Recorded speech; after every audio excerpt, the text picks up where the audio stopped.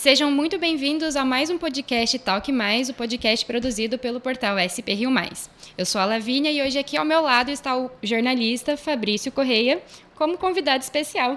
Tudo bem, Fabrício? Bom dia. Desculpa, agora eu já falei, não era para falar bom dia, né? Mas olha, é um prazer estar aqui na SP Rio Mais, ao convite da Lavínia, do Maurício Kizar, tá? Fazendo parte dessa celebração ao Marcelo Torres, por tudo que ele representa na cinematografia brasileira. Exatamente. Então, como você já disse, o nosso convidado de hoje é o Marcelo Torres, produtor com mais de 70 produções aí no currículo, super amigo também do Walter Salles, que está aí agora em evidência com o filme Ainda Estou Aqui, que também rendeu o prêmio de melhor atriz para Fernanda Torres, agora no Golden Globe. Só. O prazer é meu, poxa, pela oportunidade, né, que é sempre importante a gente poder falar do cinema brasileiro. Mas obrigado e estou aqui para tudo, aí o que puder responder. Então, Marcelo, vamos começar, acho que pelo Ainda Estou Aqui, que foi uma produção da qual você participou, né, do começo ali do projeto. E como que foi essa experiência, né? Você teve que deixar ele de lado para poder seguir com outros projetos. Qual que é a sua visão aí sobre o filme, sobre a sua participação? Conta um pouquinho pra gente. O filme é maravilhoso, né? Porque é um diretor maravilhoso, assim. Eu tenho uma parceria com o Walter já de bastante tempo, desde o Central do Brasil. O filme ele começou antes da pandemia, então nós estávamos à procura de locação, tanto no Rio de Janeiro, que ia ser, né, lógico, e também a gente foi para o sul, que é Itajaí, Santa Catarina, que é na Praia Brava, que é uma réplica do Leblon. E daí com a pandemia a gente ia adiando, que a pandemia aumentava, a gente parava e aí voltava, retornava, ia com o roteiro, e até ter um problema de agendas, né? Quando o filme retornou, eu já não podia mais, porque eu já tinha um outro filme fazendo, mas eu segui de perto, assim, toda a filmagem, acompanhando, de vez em quando mandando mensagem pro Walter ali, que é um parceiro, amigo, maravilhoso. O Marcelo, é interessante essa colocação, né? Até para que o nosso telespectador, o nosso espectador, ele tenha a dimensão que a produção de um filme é algo demorado, né? É algo que às vezes parte até para uma década, né? Entre a ideia original, entre a produção do filme, né? Você pode explicar um pouquinho para quem está nos assistindo qual é o seu trabalho na execução de um filme? O meu trabalho, que produtor, né, depende, assim, tem algumas fases dentro de uma produção, né? O produtor pode ser o que põe o dinheiro. O produtor pode ser é o dono da ideia e tem um produtor que realiza. Eu funciono como produtor executivo, que é executar projeto de outros, né, de convites que eu venha a ter. Então, e também sou produtor de ideias e produtor que vou atrás do dinheiro. Mas um produtor de um filme é pegar a história, o roteiro. Quando você lê um roteiro, aí você já vai lendo, imaginando para onde você vai levar aquele filme, que tipo de locação, quem são as pessoas e custos, né? Porque o produtor, a responsabilidade é de quanto custa aquilo também. E como o Fabrício colocou aqui, o tempo, que é um tempo longo, realmente, um filme é no mínimo 5 anos. Desde quando você começa com a história, transformar em um roteiro e achar o roteiro, né? Porque o roteiro chega a ter 6 versões, que muda muito, né? Porque quando chega numa versão, a gente vai orçar, não cabe no orçamento. Então tem que cortar, né, diminuir. No caso específico do Ainda Estou Aqui, né, que é baseado no livro do Marcelo Rubens Paiva, essa adaptação do roteiro, ela foi refeita diversas vezes. Quando eu participei ali, teve 4 versões. Eu não sei qual foi a última filmada, porque o último roteiro eu não tive. Mas é várias vezes, porque isso, né? Porque não encaixa, é um custo, de repente o ator não pode numa época, sabe? A locação, isso muda muito. A partir de quando você conhece uma locação num filme, a história talvez mude, né? Quando entra também um personagem, o ator, né? Talvez mude alguma coisa com ideias, né? Porque o filme é uma equipe, né? Não é só uma pessoa que faz um filme. E é importante, os filmes bons, né, que eu participei, tem muita participação da equipe, quando vira uma coisa democrática. Né? Porque cada um dá. Porque é um organismo vivo. É, um né? organismo vivo, exatamente. organismo Assim, vivo. de repente você tem uma visão do roteiro que eu não tenho. Se eu for fazer um filme sobre os indígenas, eu tenho uma outra visão pelo meu conhecimento com os indígenas. Se eu for fazer um filme sobre violência que me agride muito, a minha visão é curta. Porque eu não quero a violência, eu não quero o tiro, eu quero que apareça lá um tiro, mas uma maquiagem, mas não do tiro, a bala entrando. Né? Então tem que ter esse diálogo entre o diretor e a equipe para saber como é o filme. E a partir da escolha da equipe técnica como um todo, né? Principalmente o casting, né? Os atores e a base de interpretação utilizada na adaptação dessas histórias, muitas vezes você muda o roteiro durante a condução do filme, né? Sim, muda muito. Até muda o ator, né? Depende da equipe, né? A equipe, às vezes, dá outra ideia. Uma figurinista, um diretor de arte, o próprio fotógrafo fala, cara, eu acho que é melhor esse tipo de ator. Não que já esteja contratado. Né, assim, não é tipo, desculpa, assim, mas eu acho melhor que esse funciona melhor. Se é um filme de mato, né, essa pessoa curte mais isso, né, porque para ir para o mato, o filme realista, não filmado dentro de estúdio, né, de você pegar, tem atores que, sei lá, se ficar um mês dentro de um estúdio, ele prefere ficar um mês numa mata. Eu também prefiro, mas... A gente nota essas alterações e essas mudanças, né? Assim como você não pôde dar continuidade à produção do Ainda Estou Aqui, por compromissos já assumidos, a gente tem a história que veio à tona, que a primeira opção do Walter Salles foi a Mariana Lima. Sim, eu estava Sim, exatamente. Para interpretar a Eunice Paiva e que, posteriormente ao impedimento da Mariana, né, foi convidada a Fernanda Torres e essa explosão, né, intergaláctica do papel o filme ele se desenha, ele caminha sozinho, né, como ele é um elemento vivo.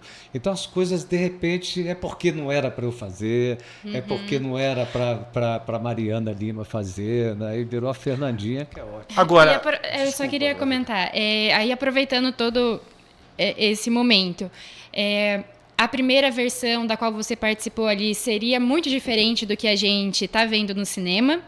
Não, a história é a mesma. É diferente na maneira de filmar, né? Que cada produtor tem uma ideia, né? É diferente só dessa maneira, mas a história é a mesma. A história é a mesma, até porque é baseada em fatos reais, né? Mas vai se tirando algumas coisas, né? Assim, né? A questão da praia, isso vai se tirando.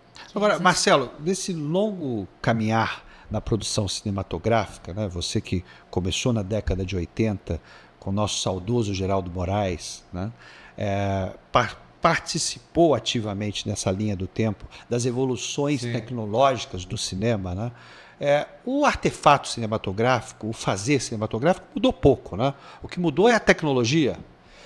Continua, é o mesmo jeito, a mesma forma de fazer cinema. A tecnologia mudou muito, que foi um susto para a minha geração, né? Assim, a gente tinha câmera que era a maioria das vezes tinha que ser dublado por causa do som, né? Rolando ali, né? O filme entrando na grifa. E essa tecnologia foi melhorando, a câmera veio blimpada, depois nós filmamos o negativo muito caro. Passou a filmar com 2 perfurações, né? 3, né? Porque cada segundo passa 4 perfurações ali no filme ali. Aí se passou a fazer com 2 perfurações, que uma lata de 10 minutos vai durar 20, uma lata de 5 minutos, que é o que a gente mais filmava no Brasil, que é 400 pés, passava a durar 10 minutos. Então veio essa tecnologia. Quando entrou o digital, eu vou falar para você, eu tive uma resistência com o digital. E meu primeiro filme digital foi a primeira missa da Ana Carolina, que, cara, eu tomei um susto, porque teve um dia que eu acordei e falei, cara, ninguém comprou negativo, sabe? Eu acordei e falei, gente, mas quem comprou o negativo, né, lá na Kodak? E foi muito assustador, assim, o resultado, como faz. A tecnologia de cada filme, ela muda. É impressionante o estilo do HD, como se capta, a nova câmera que tem. Então vai ficando, assim, as câmeras vão ficando obsoletas, sabe, depois de 2 anos. Ninguém vai querendo mais. Mas as lentes estão aí existindo, né? Esse formato ainda da lente, que não tem outra solução, que fica melhor, né? Uma lente anamórfica hoje em dia, que você mistura uma lente antiga com digital, eu acho que dá uma qualidade melhor. Mas é assustador esse desenvolvimento tecnológico.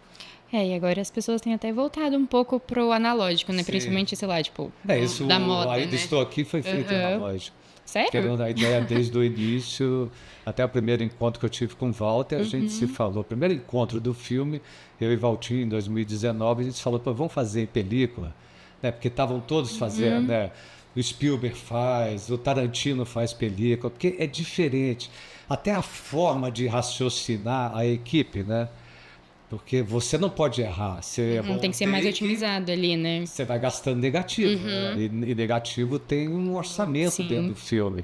O digital não, você pode apagar o cartão, não usar, então vai errado mesmo, tanto faz, né? Sim.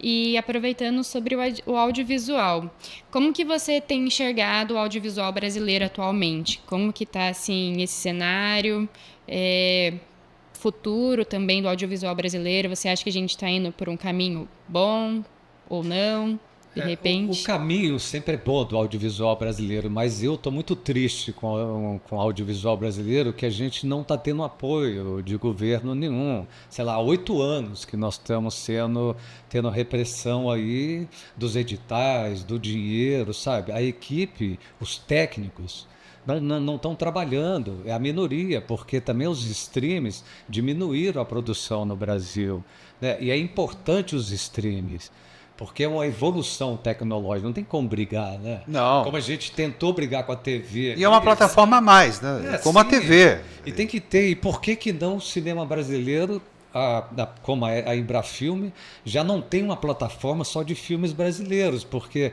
dos mais de 70 filmes brasileiros que eu fiz, as pessoas às vezes nunca viram e a gente não tem acesso porque não tem aonde De assistir, né? a não ser que você fale com o produtor e aí não tem contato. Marcelo, com esse discurso, né, de direita e de extrema direita, de demonização das leis de incentivo, né, como uma mamata para a classe artística, ajudou a desconstruir os polos de produção audiovisual no Brasil? Sim, essa história, Cara, eu já tive muito orgulho de fazer cinema, muito, muito, muito mesmo, que eu participei dos melhores filmes no Brasil.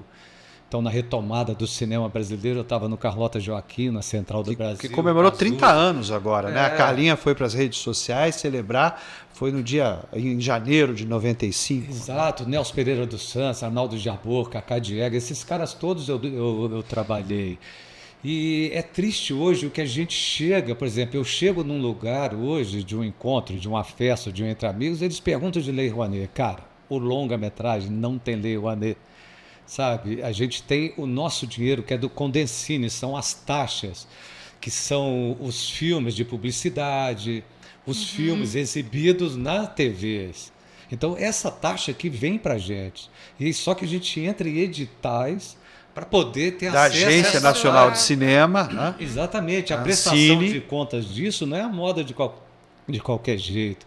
Tem que prestar contas de um orçamento que eu fiz de 5 anos atrás. Não. É um caminho muito mais longo e que não é Então- bagunça, né? Não, Porque não é contar, muita... Sem contar que o investimento público por meio desse fomento, Nem ele é. reverbera no Muito desenvolvimento mais. econômico, Sim. no mínimo, 10 vezes mais do que o valor Sim. investido. Né? O que arrecadou ainda estou aqui já. Sim. É É que as 3 pessoas não vezes a entendem mais como do orçamento. investimento, E sem né? Também, contar, às vezes. como o Marcelo colocou aqui, né? As etapas de produção. Isso. Nós estamos Sim. falando de 5 anos. É. Né? Então, é um grupo fomentando a economia por meio das diversas ações laborais necessárias para a execução de um filme e diretamente a reverberação social e econômica indireta que Sim. isso acontece. É a tal né? da economia criativa, né? Que Sim. tanto falam É isso. aqui na E- região. Então essa demonização, ela é inconsequente, mas eu acho que mais ainda, né? Ela é proposital, né, Marcelo? É proposital. Eu vou falar para você, nem os militares que eu lidei com cinema tinham essa ignorância. Eles, pelo menos, acho que eram sábios. Claro que eles proibiam certos filmes. Mas tem o Roberto Farias, que foi lá e fez Pra Frente Brasil, ele presidente da Embrafilme, na época da ditadura.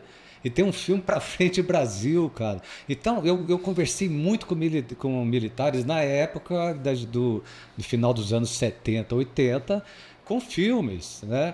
Que às vezes eu, trabalhei muito com o Geraldo Moraes, ele foi caçado lá, né? Foi perseguido, ele não ia pegar o certificado lá de autorização de exibir filmes, e quem ia era eu, porque ele tinha medo de ser preso. E eu que ia pedir, né, para o Exército, para a Aeronáutica, me empresta o helicóptero para a gente filmar. Cara, e a Aeronáutica emprestava o helicóptero. Eu fiz um filme, Luar Soparador, em Ouro Preto, nós levamos 2 tanques de guerra.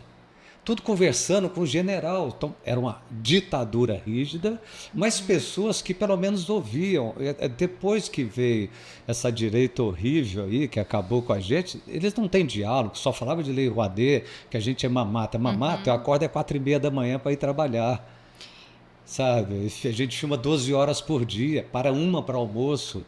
Sabe, não tem mamata, sabe? Todo mundo trabalha um monte. E a prestação de contas nota é muito rígida. Que vai além até da própria profissão, né? Tipo, ter que entender de edital e prestação de contas é uma coisa que, assim, vai além do que a gente faz, né? Sim, eu tenho, caso, tem profissionais do cinema que vieram do sertão de Pernambuco, quando eu fiz Central do Brasil. Então aí são chefes de departamento. Então você tira uma pessoa, como Vinícius de Oliveira, menino do Central do Brasil, ele foi tirado, quem sabe, de uma desgraça, né? Porque o menino que morou numa favela e depois sai hoje em dia é o que ele é, que é uma pessoa maravilhosa, estudada e um bom ator. Então o cinema tem leva a educação. Né? Não, e o cinema brasileiro, né? Você que tem esse lastro, essa história de colaboração, você vê que ele é um cinema diferenciado do cinema mundial. É né? muito.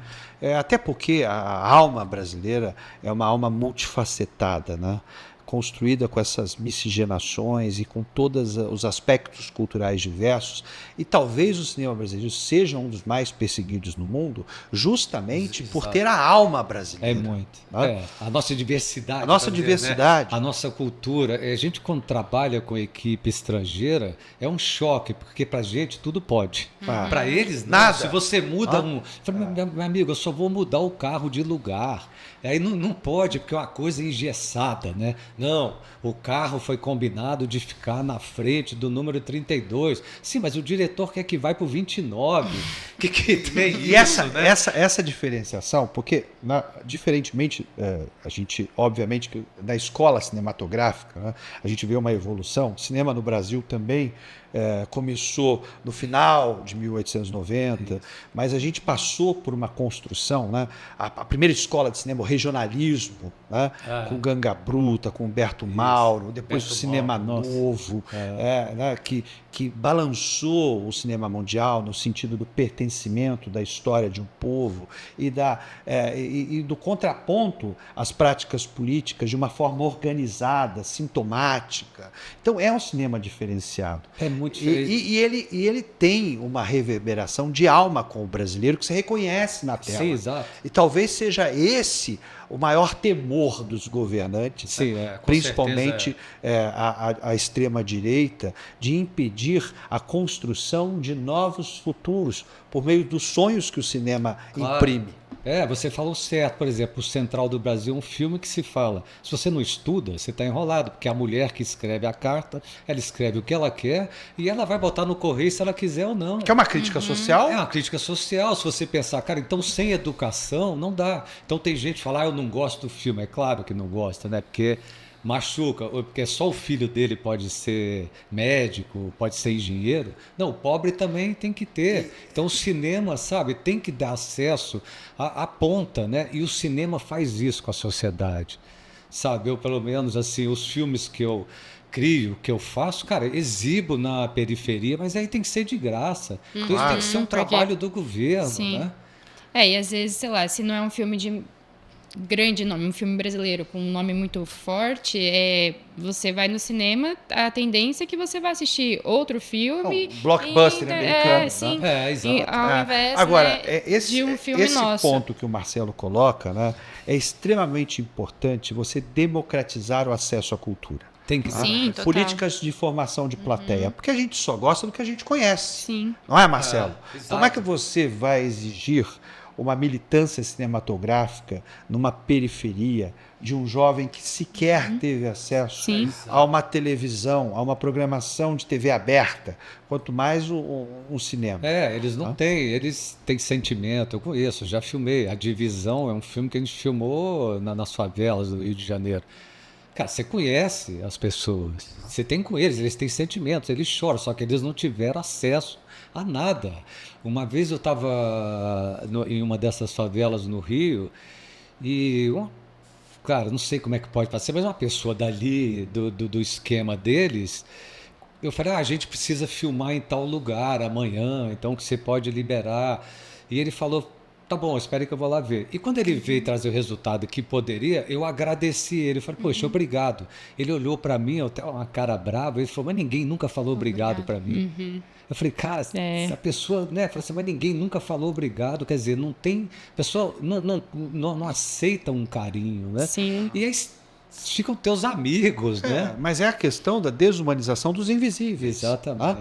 Que, infelizmente, a gente passa, e se a gente for analisar a história do Brasil, né, e Carlota Joaquina faz uma sátira, porque assim, não tem nada melhor do que com o bom humor você fazer refletir sobre as mazelas que nos atingem. Né? Isso. E eu acho que o grande sucesso do Carlota, e você fez parte disso, é justamente nesse sentido, de uma forma bem humorada, tocar na ferida. Isso.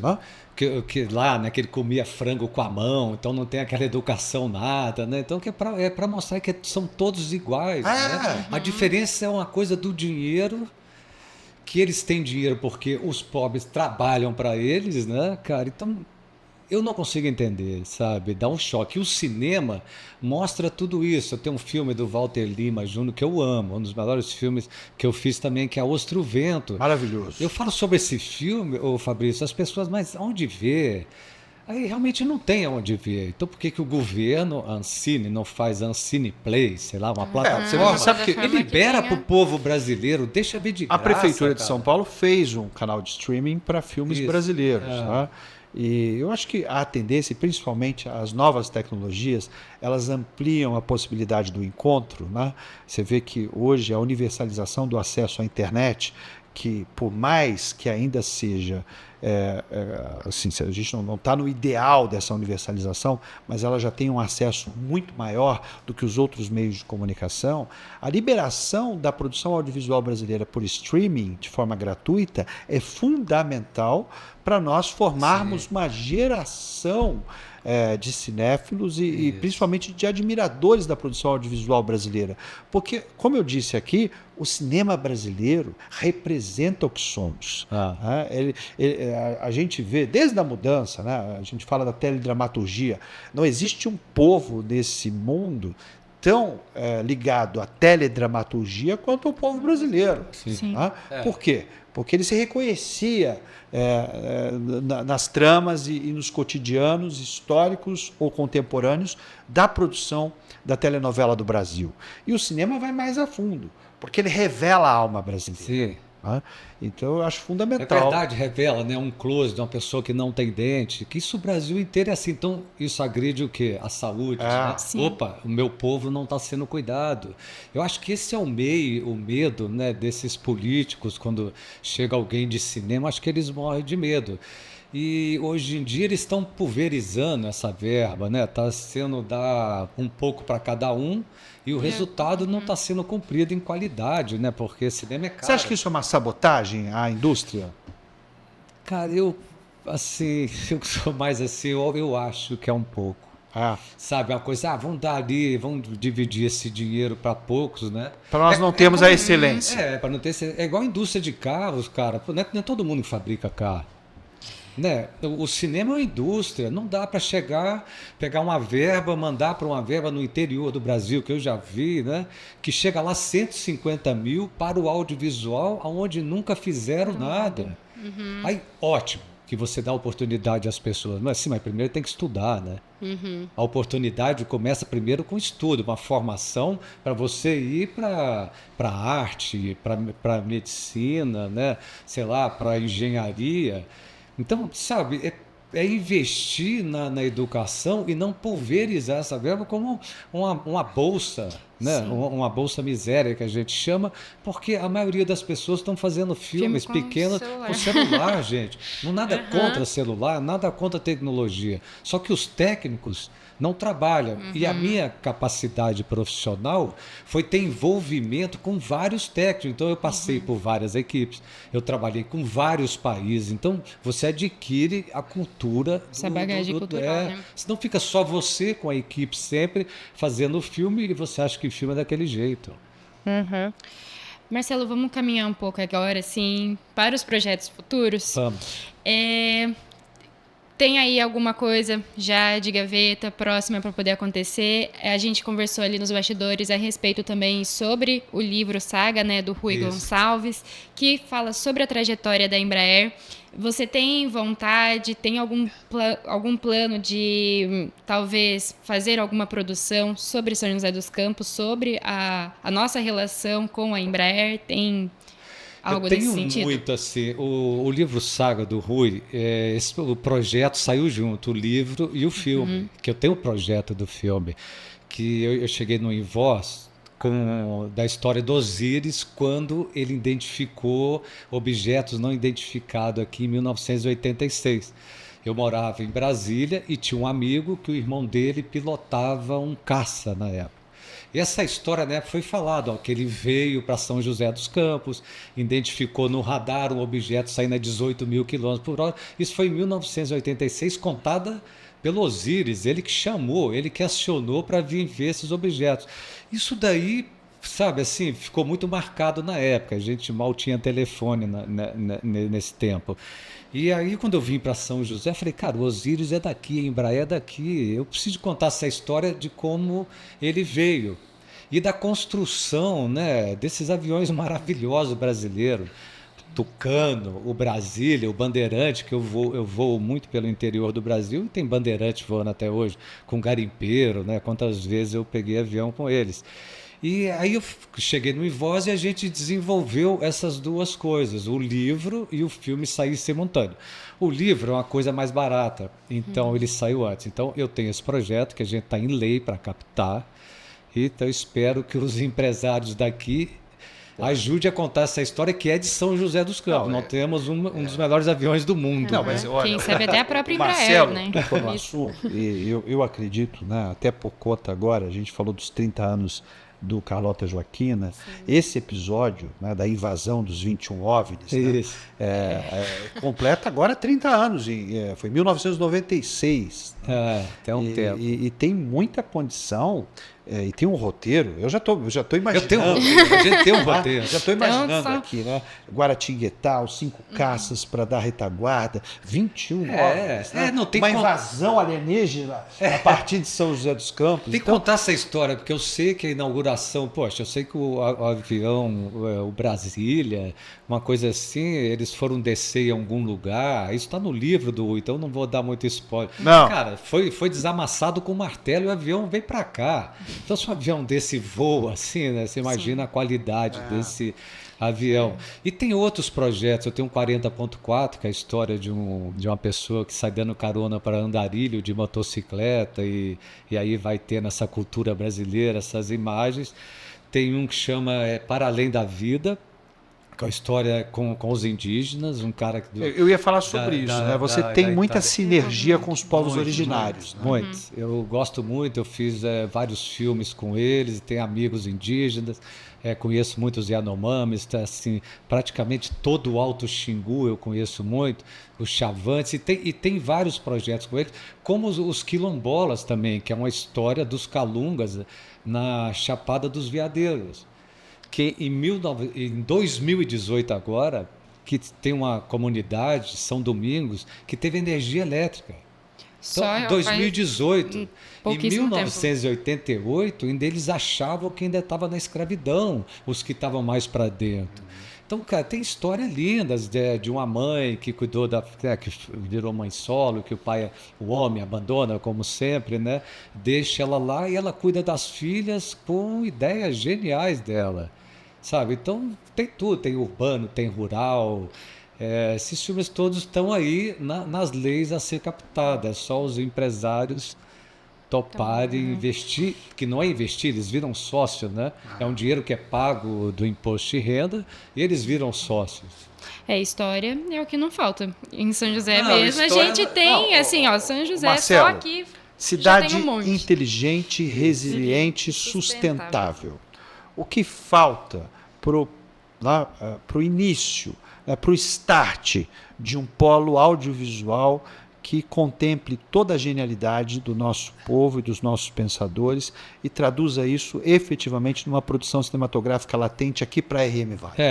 O que falta é interesse político, a gente depende das leis. Então, que o prefeito local, né, os prefeitos do Vale, que vão nas indústrias e falam, eu tenho interesse de vocês, em vez de pagar todo o imposto de renda para o Brasil, paga 97% e 3% fica aqui na região e nós vamos decidir os estilos de filmes que nós vamos fazer.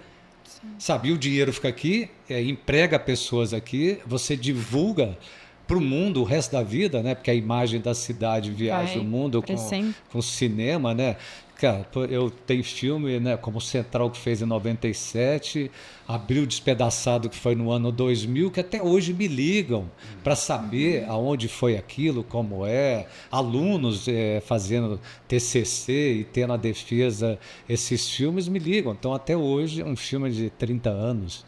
E um exemplo mais recente, como você comentou com a gente, é a série da Netflix. Cidade Invisível. O Escolhido. Ah, tá, o desculpa. Escolhido, não, deu. Até vou confundir. Tá certo. São várias que tiveram locação aqui no Parque Vicente Aranha. Então, assim, isso, uma coisa... esse filme foi trazido para cá porque é uma questão de cabeça de produtor. Era uma história que se passava no Pantanal.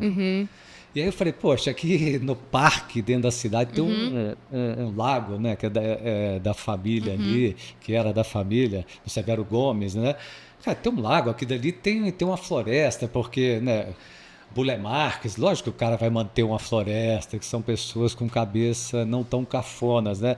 E tem tudo aqui, então nós construímos uma oca, e tudo. E a história era exatamente, depois veio a pandemia. E esse Escolhido era isso, era sobre uma pandemia. Desculpa, eu só confundi, porque tem também a série, né, Cidade Invisível, que retrata um pouco sobre o folclore brasileiro, que está na Netflix e que teve gravação no Parque Vicente Aranha. Então houve aí um desencontro de informações, mas... enfim, de qualquer forma, faz economia, é uma demonstração, né, da viabilidade de que a gente pode conseguir, como polo cinematográfico. Sim. Não é isso, essa cidade aqui tem uma estratégia para produção muito grande, que ela é colada em São Paulo. Sim. Né? Então, tudo equipamento, é tudo mais fácil aqui. E você tem rural, você tem a praia, né? Você tem uma cidade, se você vê no Aquários, né? Onde é que vocês estão? Tem uma logística privilegiada. Você filma, né? São Paulo aqui, né? Você filma Nova York aqui, né? Você quer fazer uma vila japonesa, tem ali. Então, essas coisas. Você tem um centro que ainda tem uns prédios aí, né? Você tem todos os tipos de cenários possíveis. Quando eu conheci São José, eu falei, cara, você vai ali naquela... onde era a fábrica, né, do colchão, onde é o parque hoje da cidade. Aqueles galpões que a gente transformou em estúdio. Agora, se você vê a qualidade lá, eu falei, cara, por que não fazer isso, né? Tá tudo pronto, né? A cidade está pronta, quer ter uma estação de trem, tem lá do lado ainda, né? Sim, se quiser o avião também tem. O avião, né, que para mim é um orgulho tremendo, a Embraer. Então, acho que a nossa conversa tá muito boa, mas a gente já vai caminhando para o final, porque temos um tempo, né? Para poder sempre temos tempo, é igual filme, o orçamento tem tempo, né? Fabrício, eu agradeço muito pela sua companhia. volte mais vezes. O Eu que convite agradeço fica aberto aí para o você convite da SP Rio Mais, para trazer poder mais trocar energia Sim. com esse com gente grande importante. artífice do cinema brasileiro, que, né, por meio da sua história, nos traduz a viabilidade de um futuro para o cinema brasileiro a partir da RM Vale. Sim, pois. Marcelo, também eu agradeço por essa super aula sobre o audiovisual aqui, Imagina. nosso, da região, do Brasil. Pode. Não, assim, eu agradeço muito essa oportunidade, que a gente não está tendo muita oportunidade assim. E, cara, eu gostaria de poder passar mais a experiência que eu tenho, que eu vou falar, cara, é muito rica a experiência, até pela minha idade, né? Que eu passei para o cinema brasileiro, estou mais de 45 anos fazendo filmes brasileiros. Então, que é importante ouvir, falar, né? E torcer para que tudo dê certo aí para todos. Esse foi mais um podcast Talk Mais. Vocês podem nos acompanhar nas nossas redes sociais, pelo Instagram, Facebook e também pelos canais de streaming. Até a próxima!